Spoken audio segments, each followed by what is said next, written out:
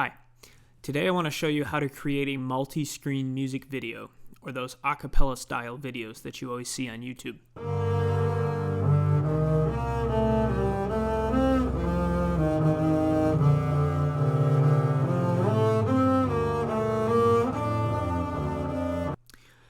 There's quite a few ways to do this, but I found one that works for me, and it's fairly simple, and it gets you pretty good quality, and I'd like to share it with you. Towards the end of the video, we can go over a few other ways I've seen this done, and you can decide which way works best for you. So what you'll need for this, you'll need the music, the arrangement, and all the parts. You're going to need your instrument. You need a computer and some kind of microphone, and you also need a video recording device.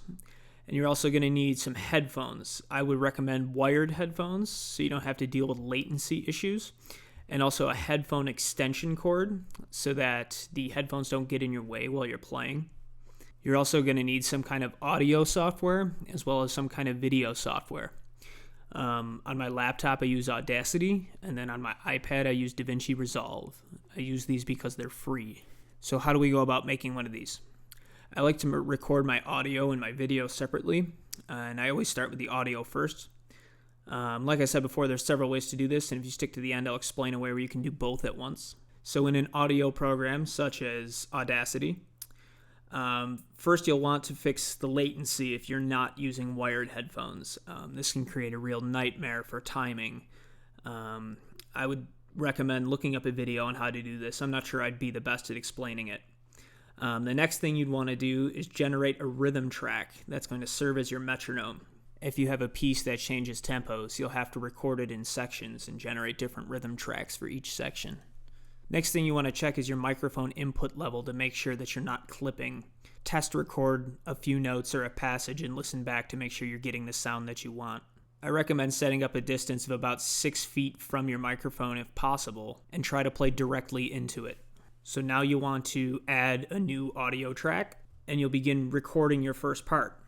So what you'll do is make sure you have your headphones plugged in and hit the record button on your new track, and then give yourself about 12 metronome clicks before you start so you have time to get settled and start recording.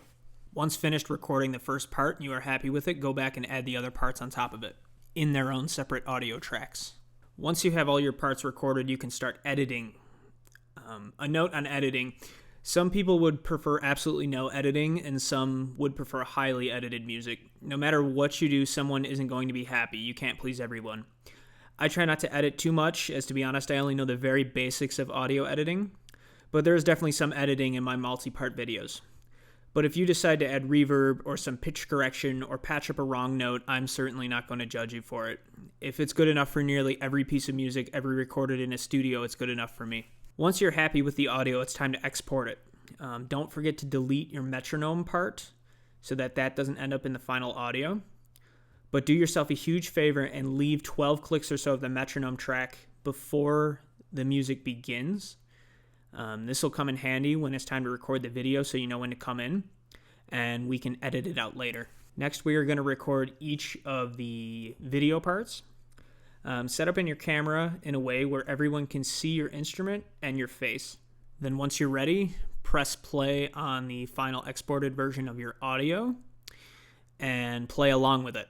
This is where those metronome clicks really come in handy.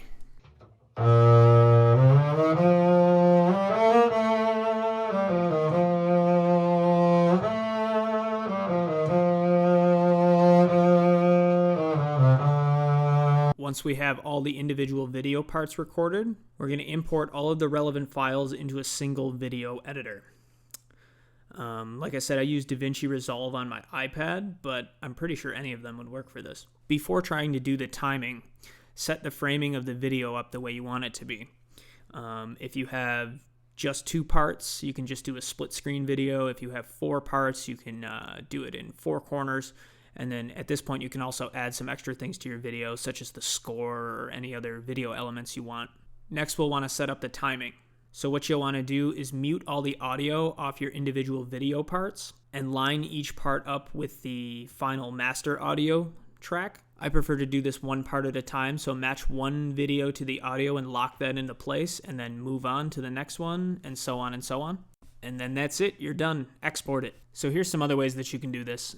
First and foremost is the Accapella app itself. It's super easy to use, really simple, and you can do everything right on your phone or on your iPad. It even has its own editing within the app. However, there are a lot of issues that I've ran into when using this. First and foremost is the latency issues of using wireless headphones, and all the new iPhones don't have headphone jacks. Another big issue I run into with this one is that the quality is pretty awful. Maybe it's just my phone, but every time I've tried to use it, it compresses the quality of the video down and looks terrible, and the audio really doesn't sound all that great. And also, I believe you can only make a 30-second video for free. After that, you have to pay for it. And you also have to use their pre-designed video templates. So if you just want to do this quick, then this might be the best option for you, but I wouldn't recommend it. Another thing you can do, if you prefer to not record your video and audio separately, is you can record straight from your phone or your iPad and just use the microphone on your phone or your iPad. And what you do is, on a separate device, you have a metronome going in your ear, and you record the first part, and then you'll upload that part to Google Drive, and then on another device, you listen back to that part and play along with the first part. Then you take both these parts and put them into an editor, just like we did, and you line them up, and then you export it, and it comes out as one video. The issue with this is that the audio quality sometimes on phones and iPads aren't great for especially lower sounding instruments. So that's an issue you might run into. You can also record the video and audio simultaneously on two separate devices. So I could record the video on my iPad while also having my computer set up and recording the audio at the same time. What I'd have to do for this, though, is do something in the beginning of the video where I can line the audio up so you can clap or something. And then from there, you essentially have to follow the same process where you put it into a video editor and line up the video and the audio. I'm sure there's about 1,000 more ways to do it too that I haven't thought of. But thanks for watching.